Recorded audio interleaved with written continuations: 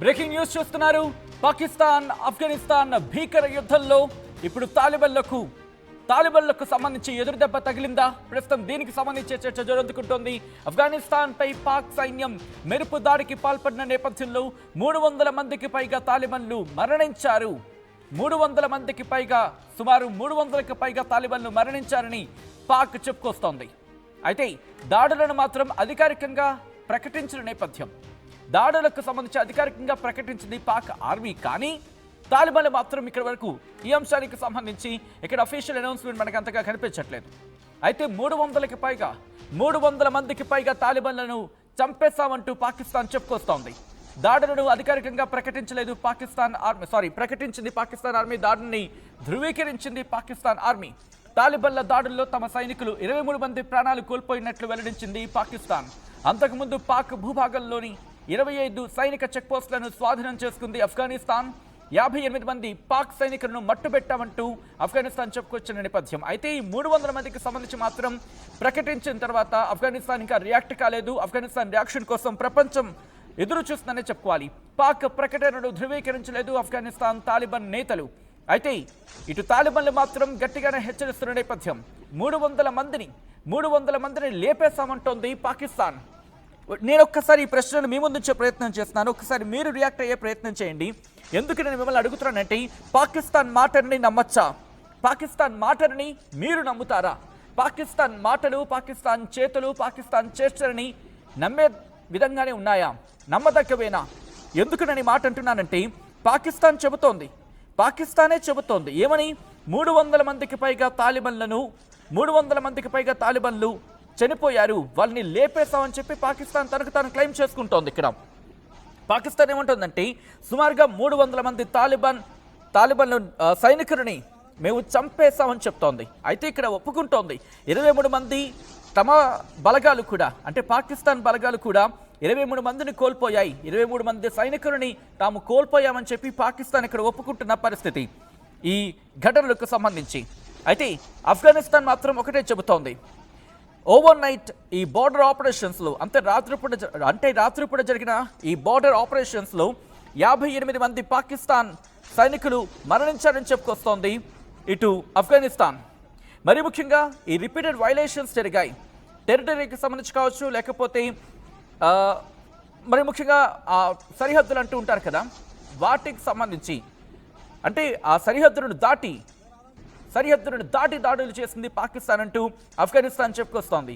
ఆఫ్ఘనిస్తాన్ ప్రభుత్వం, మరి ముఖ్యంగా ఆఫ్ఘాన్ ప్రభుత్వ ప్రతినిధి మాట్లాడుతున్న సందర్భంలో ఇటు పాకిస్తాన్కు వ్యతిరేకంగా జరుగుతున్న ఆపరేషన్స్ ఇటు శనివారం ఆపేశాం రాత్రికి సంబంధించి.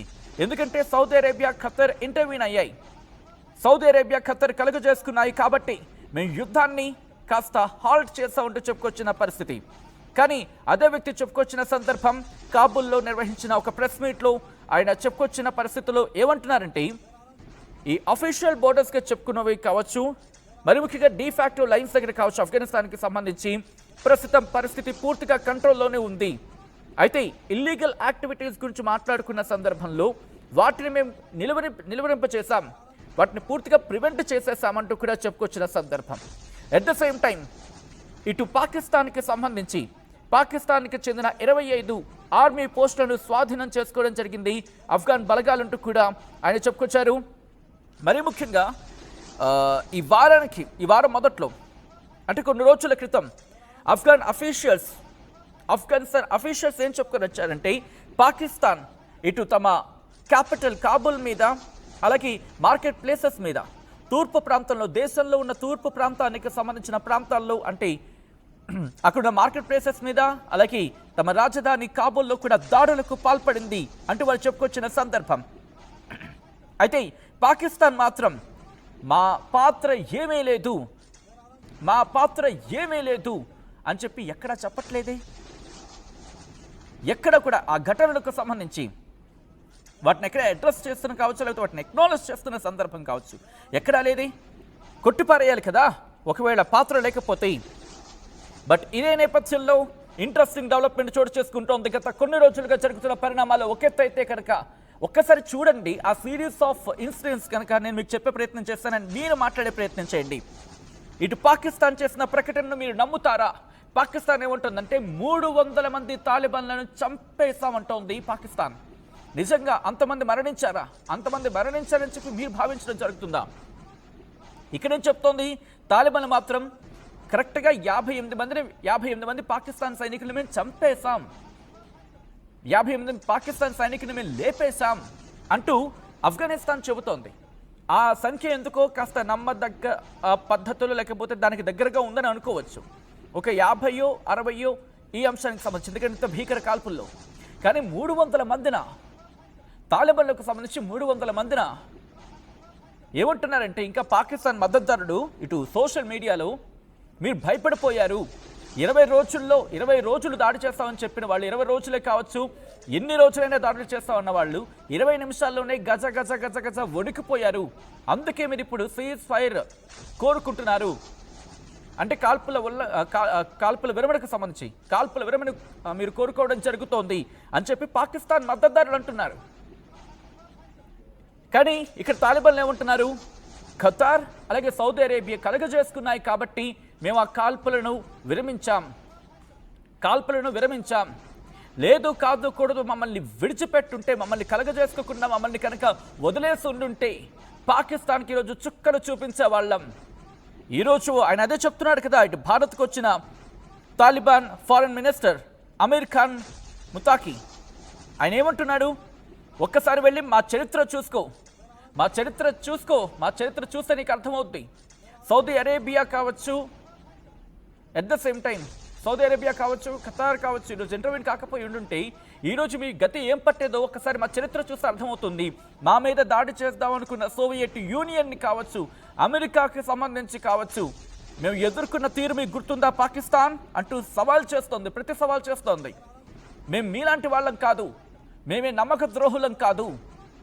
ఇంట్రెస్టింగ్గా చూడండి, ఎవరైతే పెంచి పోషించారో వాళ్ళు ఈరోజు వాళ్ళ మీద తిరగబడుతున్న పరిస్థితి ఉంది. అంటే వాళ్ళల్లో ఎటువంటి నీచమైన సంస్కృతి ఉందో అర్థం చేసుకోవచ్చు. ఈరోజు వాళ్ళు రియలైజ్ అవుతున్నారేమో బహుశా, ఇంత ప్రపంచీకరణ నేపథ్యంలో ఇంత ప్రపంచం డెవలప్ అవుతూ ఉంటే మేము కూడా డెవలప్ అవుతున్నాం. ఈరోజు ఇంట్రెస్టింగ్గా ఈరోజు ఆఫ్ఘనిస్తాన్ ఒక మాట అంటోంది, మేము మహిళలను కూడా చదివిస్తున్నాం, మహిళలు కూడా చదువుతున్నారు అనే అర్థం వచ్చేలా చెబుతున్న పరిస్థితి తాలిబాన్లకు సంబంధించి.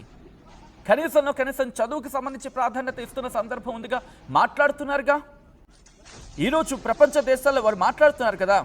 వాళ్ళు ఏమంటున్నారు, చర్చలకు మేము సిద్ధం, మేము వచ్చాక ఆఫ్ఘనిస్తాన్లో శాంతి తిరిగి నెలకొంది, అంతేకాదు ఈ ప్రాంతంలో సుస్థిరతకు మేము పాటుపడుతున్నాం, దానికి మేము సిద్ధం అంటున్నారు వాళ్ళు.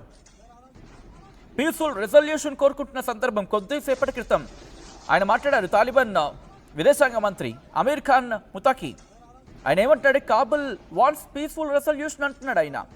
ప్రస్తుతం ఇస్లామాబాద్తో జరుగుతున్న ఈ ఘటనకు సంబంధించి, ఈ యుద్ధ వాతావరణానికి సంబంధించి ఇటు మేము సిద్ధం, శాంతియుతంగా చర్చలు జరిగితే వాటిని ఆ శాంతియుత వాతావరణంలో చర్చలు జరిగితే కనుక, ఆ చర్చలు కొలుకొస్తే కనుక మేము సిద్ధం అంటున్నారు. బట్ పాకిస్తాన్ వెర్షన్ ఏంటి? ఒక్కసారి అక్కడ ఎటువంటి యుద్ధ వాతావరణం నెలకొంది ఒక్కసారి విజువల్స్ చూడండి. ఈ కథనం మిమ్మల్ని కాస్త కలవరపరచొచ్చు, అయితే మిమ్మల్ని కలవరపాటు గురి చేయడం ఆర్టీవీ ఉద్దేశం కాదు. కానీ ఇటువంటి కథనాలు చూసినప్పుడు కాస్త కలవరపాటు గురి అవకాశం ఉంటుంది కాబట్టి దీనికి సంబంధించిన జాగ్రత్తలు తీసుకోవాలని ఆర్టీవీ సూచించడం జరుగుతోంది. ఒక్కసారి అక్కడ ఎటువంటి పరిస్థితులు ఉన్నాయి, ఎటువంటి కాల్పులు జరుగుతున్నాయో చూద్దాం. الله اكبر الله اكبر الله اكبر باكستان بوسنا خدمس والله اكبر الله اكبر الله اكبر الله اكبر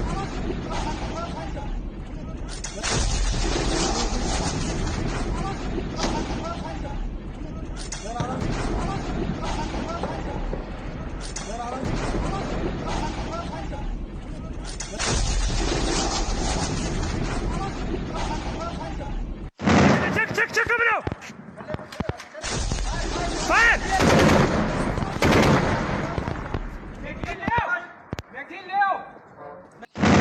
Check coming out. Fire.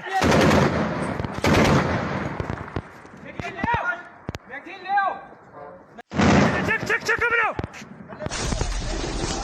Fire.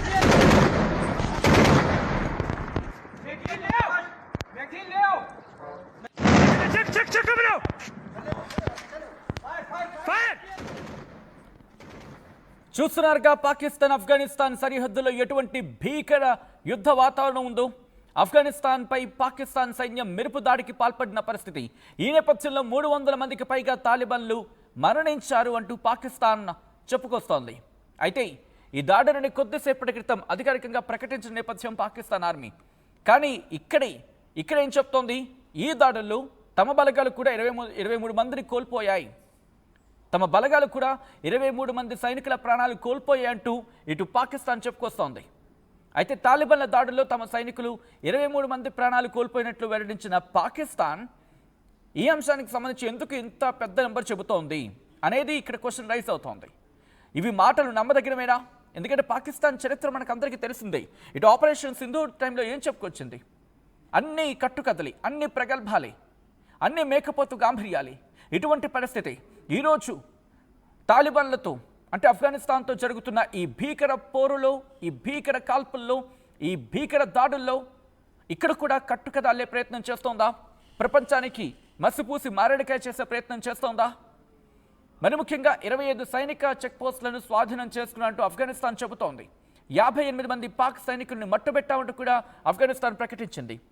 అయితే పాక్ ప్రకటనను మాత్రం ఎక్కడ ధృవీకరించట్లేదు. ఇంతవరకు ఎక్కడ రియాక్ట్ అయిన సందర్భాలు లేవు ఆఫ్ఘనిస్తాన్కి సంబంధించి ఆఫ్ఘన్ ప్రభుత్వం. కానీ ఒకటే చెప్పడం జరుగుతుంది ఆఫ్ఘనిస్తాన్, శాంతియుత చర్చలకు మేము సిద్ధం. కానీ శాంతి అనే మాట చెవులకు వినిపించదు, కానీ నోటితో పలికే ప్రయత్నం చేస్తుంటుంది పాకిస్తాన్.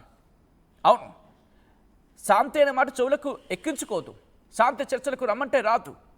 కానీ మేము శాంతియుత దేశం, ప్రపంచానికి శాంతినిస్తాం, మేమే శాంతి దూతలం, పైనుంచి ఇప్పుడే కిదగదిగాం అని చెప్పి ఓవర్ డైలాగులు, ఓవర్ కట్టింగ్లు ఇస్తూ ఉంటుంది.